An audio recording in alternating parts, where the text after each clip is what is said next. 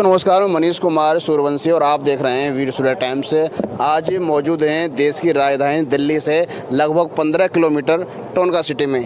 यहाँ सूर्यवंशी समाज का एक महासम्मेलन हुआ है। उस सम्मेलन में चर्चा की गई है कि समाज कैसे आगे बढ़े और समाज कैसे तरक्की करे और समाज के युवा कैसे आगे बढ़ें। सभी लोगों ने एक बिजनेस को लेकर आगे बढ़ें, ये सबका मानना है। और खटीक समाज के कुछ लोगों का मानना है खटीक समाज रोजगार देने वाला बने, ना कि रोजगार लेने वाला बने। मेरे साथ हरिकिशन पिंडोरा जी हैं, बिजनेसमैन हैं, नौकरी भी करते हैं। मैं इनसे कहूँगा सर, समाज के युवा पढ़ लेते हैं सर, नौकरी मिल नहीं पाती, बिजनेस कर नहीं पाते, सर क्या संदेश देंगे? सर इसमें ऐसा है मनीष जी, पहले मैं आपका बहुत बहुत धन्यवाद करना चाहूँगा कि भाई आपने मुझे बोलने का मौका दिया है। और मेरा मानना ये है कि देखो जी, सबसे ज़रूरी है हमारी शिक्षा। शिक्षा बहुत ज़रूरी है और शिक्षा लेनी चाहिए। हर आदमी का अधिकार है, हर बच्चे का अधिकार है। और शिक्षा का अधिकार ये नहीं है जी कि 18 साल 15 साल या 20 साल या 25 साल, आप बुढ़ापे में भी शिक्षा ले सकते हो। शिक्षा की कोई उम्र नहीं होती, पढ़ने की कोई उम्र नहीं होती, ज्ञान की कोई उम्र नहीं होती। दूसरी चीज़ रही रोजगार की बात। हमारे समाज जो जैसा भी है बहुत अच्छा है और मैं अपने समाज से यही रिक्वेस्ट करूँगा कि भाई हमें कुछ ऐसे पढ़ लिख के ऐसे काम करने चाहिए कि भाई हम किसी रोजगार नौकरी के पीछे ना भाग करके हम एक रोजगार चलाएं। छोटे से शुरुआत करें, बड़े तक जरूर पहुँचेंगे। और रोजगार लेने की जगह हम देने वाले बने। यही मेरा समाज से कहना है, अपने सूर्यवंशी समाज से यही कहना है कि भाई रोजगार देने वाले बनो, लेने वाले मत बनो। नौकरी का तो बहुत कैड़ा मामला हो गया है, बहुत ही कठिन हो गई है। हमारा कोई एक बच्चा नहीं, हज़ारों लाखों बच्चे लाइन में लगे होते हैं, सभी पढ़े लिखे होते हैं। तो मेरा मानना ये है कि भाई रोजगार करना सीखे हर आदमी। देखो ये नहीं है कि भाई हर आदमी नौकरी के पीछे भागेगा।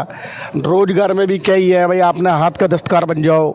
वेल्डिंग का काम है, फर्नीचर का काम है, कंस्ट्रक्शन का काम है, बिल्डर का काम है। रोजगार बहुत है और नौकरी में वो मज़ा नहीं है जो रोजगार में अपना मज़ा है भाई साहब।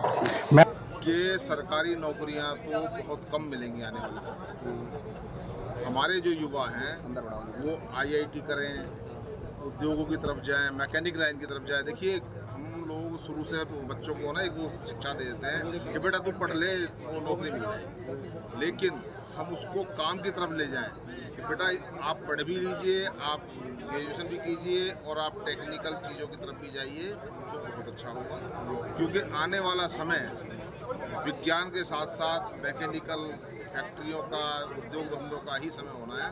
हमारी जो सरकार जोर दे रही है वो भी अधिकतर से जोर दे रही है, वो स्वयं के अपने बिजनेस के ऊपर दे रही है कि आप अपना खुद का काम कीजिए। उसके लिए सहायता भी देती है, कोई लोन वगैरह चाहिए तो वो भी देती है। हमारा सूर्यवंशी फाउंडेशन है, उसमें ये हमारे पास सुविधा है कि अगर किसी भाई या किसी बच्चे को हमारे कुछ सजेशन लेने हैं या कोई हेल्प की जरूरत है तो आप हमसे कांटेक्ट कीजिए, मिलिए, हम आपको लोन प्रोवाइड कराएंगे।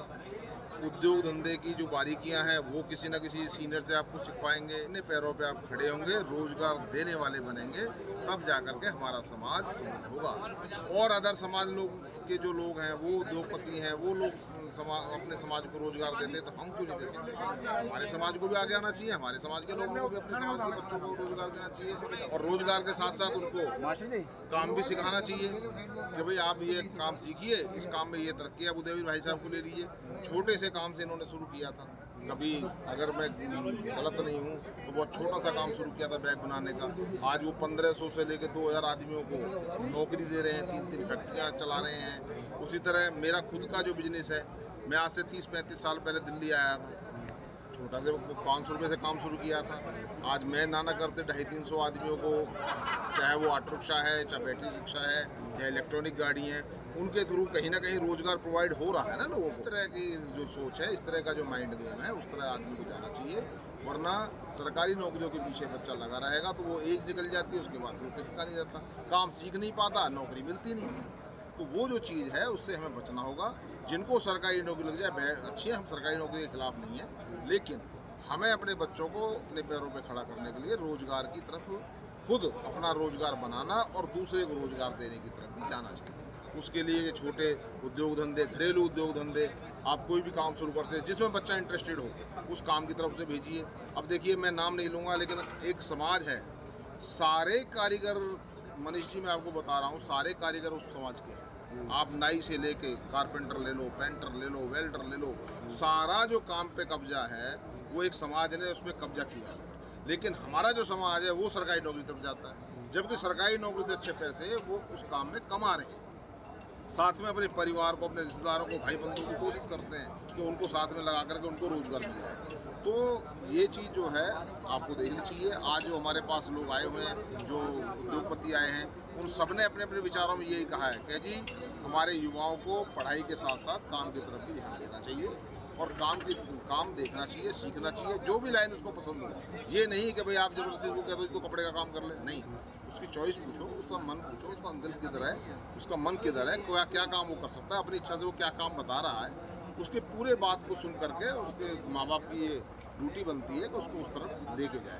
अगर किसी तरह की कोई सुविधा है, कोई सुविधा नहीं मिल रही है तो आप करके संपर्क करें, हमारे फाउंडेशन से मिले या हमारे उद्योगपति भाइयों से मिले, सब लोग सहायता करेंगे।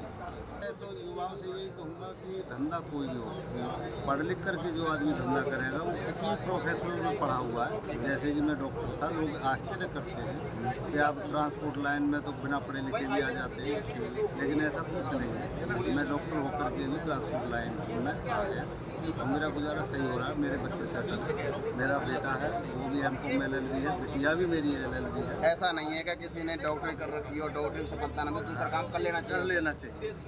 ठीक है। और उससे छोटी बेटी मेरी जगह MBA कर रही है, जो बड़ी बेटी मेरी जुडिशरी में है, वो जुडिशरी की तैयारी कर रही है। उसको वकालत करना भी पसंद नहीं आ रहा, वो कह रहा है मुझे बनना है तो जज ही बनना है, और वो जज की ही पूरी तरह से तैयारी में जुटी हुई है। ठीक है। सूर्यवंशी कोऑपरेटिव सोसाइटी के संस्थापक रमेश जी मौजूद हैं। रमेश जी, आज सूर्यवंशी खटीक समाज का एक महासम्मेलन हुआ है, तो सर इसमें ज़्यादातर बिजनेस की चर्चा की गई कि अपना बिजनेस करें और बिजनेस को आगे बढ़ाएं और खटीक समाज रोजगार लेने वाला नहीं, रोजगार देने वाला बने। तो सर किस तरह से बनेगा? मैं सूर्यवंशी कोऑपरेटिव सोसाइटी का संस्थापक हूं और मैं चाहता हूं हमारा समाज जो है एक कोऑपरेटिव के माध्यम को बनाए, जो रोज़गार का भी आधार बनाए और अपने आप को आर्थिक रूप से मजबूत करने के लिए भी उसको आधार बनाए। धीरे धीरे छोटे छोटे अमाउंट जोड़कर लोगों को इकट्ठा करके एक सोसाइटी जो बना रखी है, इसी तरह और भी कोऑपरेटिव सोसाइटी बनाई जाए और उसके माध्यम से लोगों को रोज़गार दिया जाए, महिला सशक्तिकरण किया जाए, महिलाओं को रोज़गार प्रोवाइड कराया जाए। ये एक कोऑपरेटिव का भी बहुत बड़ा माध्यम बन सकता है, जिसे हम अच्छे तरीके से उसको लिया जाए। सर आपके पास क्या प्लान है कि आप छोटा लोन दे के बिजनेस का करा सकते हैं आप समाज के लोगों का? हमारे सोसाइटी के माध्यम से हम महिलाओं को, छोटे तबके को जो काफ़ी नीचे है, उनको छोटे छोटे लोन 50,000 लाख तक प्रोवाइड कराते हैं, जिससे वो अपने बिजनेस को, अपने कामकाजों को आसानी से कर सकें। आसान किस्तों में उसका हम भुगतान वापस लेते हैं, जो काफ़ी कम रेट्स पे उनको दिया जाता है। साथ प्रमुख समाज सेवक मास्टर इंद्रजीत जी हैं, जो समाज में पिछले 20 वर्षों से काम कर रहे हैं। मैं मास्टर जी से कहूँगा, मास्टर जी ज़्यादातर आज़ादी को 75 वर्ष पूरे हो चुके हैं, क्या लगता है समाज ने कितनी तरक्की की है? समाज पहले पैरों पे बैठा था, अब वो घुटनों पे खड़ा हो गया है। समाज ने बहुत तरक्की की है इन 75 सालों में। भाई हमारे समाज में अधिकारी भी हैं, कर्मचारी भी हैं, और हम अखिल भारतीय खटीक विकास संघर्ष मंच एक संगठन बना रखा है, मैं उसका भी राष्ट्रीय अध्यक्ष हूँ। उसमें हमने जगह जगह अलीगढ़ है, बुलंदशहर है, आगरा है, मेरठ है और बहुत सारी जगह जो है पूरे ऑल इंडिया में हमने सभाएँ की हैं। तो उसमें हम लोग देख रहे हैं कि हमने जागृति पैदा की है और उसमें थोड़ा सा बढ़ चढ़ करके हिस्सा ले रहे हैं लोग, राजनीति में भी ले रहे हैं। तो ये नहीं कि समाज ने तरक्की नहीं की। अच्छा सर, बात की जाए बिजनेस में और नौकरियों में और राजनीति में समाज कितना आगे बढ़ चुका है सर? करीब करीब 40% आगे बढ़ चुका है इन 75 सालों में। राजनीति में, नौकरियों में, बिजनेस में 40% समाज आगे बढ़ चुका है और भी जाएगा। हम समाज को आगे ले जाने का पूरा प्रयास कर रहे हैं और हमने जो भी हम संगठन बना रहे हैं या जो भी हम काम कर रहे हैं, समाज को आगे ले जाने का ही काम कर रहे हैं। अगर सर कुछ लोगों को मानना है कि जो समाज के लोग हैं वो आगे बढ़ जाते हैं, पीछे मुड़ के नहीं देखते हैं, सर क्या कहेंगे उन लोगों के बारे में जो समाज को देखते नहीं हैं और समाज कुछ आगे नहीं बढ़ना चाहता? नहीं, ऐसा नहीं है। वो देखते हैं, लेकिन उनके साथ व्यवहार करने का एक तरीका अलग होना चाहिए। हमारा जब सामाजिक व्यक्ति किसी पद पर बैठा होता है तो समाज के लोग सीधे सीधे चले जाते हैं उस पर और सीधे दूसरे समाज के लोगों पर अपनी जाति का बखान करने लगते हैं, उससे चिढ़े। ये नहीं, समाज का काम करने से अधिकारी बचता नहीं है, अधिकारी काम करता है, लेकिन आप आओ और आप अपना काम कराओ। अगर आपको समाज की बात करनी है तो घर खाली पड़ा है, आप घर पे आइएगा। ऑफिस में समाज की बात नहीं होती, ऑफिस में केवल काम की बात होती है। तो ऐसा नहीं है, उनको काम करने का कराने का तरीका नहीं आता है। हमें तरीका सीखना पड़ेगा, हमें अपना अहंकार त्यागना पड़ेगा, हमें शिक्षा के बल पे जाना पड़ेगा, हमें बड़े को बड़ा मानना पड़ेगा, हमें अपने पढ़ाई को पढ़ाई मानना पड़ेगा, हमें संगठन को संगठन मानना पड़ेगा, हमें मनन करना पड़ेगा, हमें पढ़ना पड़ेगा। जब तक हम मनन नहीं करेंगे तब तक हम अपने आप को खड़ा नहीं कर सकते। देखिए, हमने तो अपने वक्तव्य में भी समाज के लोगों को ये कहा है कि आप लोग मिलजुल करके काम करिएगा, जो भी काम कर रहे हैं मिलजुल करके। आपने एक संगठन बना रखा है, दूसरे ने और बना रखा है, तीसरे ने और बना रखा है, ये सारे संगठन जो है समाज के लिए काम करें, लेकिन किसी का कोई विरोध नहीं करना चाहिए। हमें विरोध जो करता है वो आदमी, वो विरोध नहीं करना चाहिए, उसे बढ़ाने का काम करना चाहिए। अगर कोई आदमी गलत काम कर रहा है तो उसे अकेले में समझाना चाहिए कि भाई ये आपने बोला है, ये शब्द गलत बोले। ये नहीं सबके सामने आपको ओपन करना चाहिए। मेरे साथ प्रमुख समाज सेवक और बिजनेसमैन उदयवीर सिंह जी हैं। उदयवीर जी, बिजनेस के 2 टिप्स दें लोगों को, समाज में बिजनेस में कैसे आगे बढ़ा जाए। देखिए, सबसे पहला टिप्स मैं ये दूंगा, आपके अंदर की काम करने की इच्छा है कि नहीं है। इच्छा ही नहीं है तो आप कुछ नहीं कर सकते। दूसरा मंत्र दूंगा, अपने काम के प्रति हार्ड वर्क और लगन और ईमानदारी मेहनत। तीसरी बात, कोई ऐसा क्षेत्र चुने जो आप पहले से आपको उस पर एक्सपीरियंस हो, कर सकते हैं, नए प्रयोजन करके कर सकते हैं। बस यही मेरा मूल मंत्र है कि हार्ड वर्क और मेहनत। और सर कुछ ज़्यादातर जो कुछ लोगों को सर मानना है कि बिजनेस में घाटा आ जाता है, बिजनेस में आगे नहीं बढ़ पाते, तो सर उन लोगों के लिए क्या कहेंगे आप। ऐसा लगा जैसे आप ये पूछ लो, खाना खाते खाते जीभ कट जाएगी। अब जीभ कटने के डर से मैं खाना ना खाऊं तो पॉसिबल नहीं है। बिजनेस घाटा मुनाफा सोचने का विषय नहीं है, विषय ये हम कुछ करें। आप कुछ करेंगे तो अवश्य कुछ मिलेगा। ना तो गवर्नमेंट दे सकती है, ना बड़ी बड़ी कंपनी दे सकती है नौकरियाँ। आपको जो कुछ करना पड़ेगा खुद ही करना पड़ेगा। कुछ भी करिए, बिजनेस करिए, छोटा बिजनेस करिए, बड़ा बिजनेस करिए, कुछ भी करिए। इतनी बड़ी पॉपुलेशन जो हम चाइना को भी पछाड़ सके हैं, इतनी बड़ी आबादी के अंदर किसी को कोई नौकरी। समाज के लोगों का मानना है कि खटीक समाज नौकरी देने वाला बने, ना कि नौकरी देने वाला बने, क्या कहेंगे सर। बिल्कुल, हमको रोजगार देना चाहिए, ना कि रोजगार में हमको नौकरी देनी चाहिए, नौकरी करनी चाहिए, क्योंकि इतनी नौकरियाँ हैं भी नहीं है, ना प्राइवेट सेक्टर में है ना गवर्नमेंट सेक्टर में है।